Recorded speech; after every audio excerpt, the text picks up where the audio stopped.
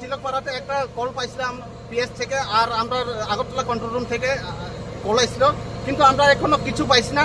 আর যে রুটে গেছি আমরা তিলকপাড়া জায়গাটার নাম, তিলকপাড়াতে গেছি যে গ্যাঞ্জাম, কারেন্টের তার, কেবেলের তার আর জঙ্গলের কারণে আমরা মানে স্মুথলি ভাবে কোনো গাড়ি চালাইতে পারছি না। আর টোটালি ফলস কল পাইছি আমরা। এই নাম্বারের বিরুদ্ধে আমরা কেস করতে হইব, কেস করুন এটা, আর যাতে প্রশাসনের অ্যাকশন নেয় এটাই চাই আমরা। এরকম তো ভুয়া কল আরো অনেক আইছে নাকি না? আগেও এমন আসছিল, গত শীতের সিজনে আমরা নদীর পাড়ে ঘুমাইতে হয়েছে, এমন ভাবে কল ফলস কল দেয়, মানে কি মানে মিস ইউজ করতেছে, আমরা মিস ইউজ করতেছে অনেক সময় হয়। তাতে মানে আপনারা জনসাধারণ সম্বন্ধে বা জনসম্বন্ধের উদ্দেশ্যে কি বলবেন যে আগামী দিনে এরকম কি মিসওয়াজ কলটা দেওয়াকে কি করবো?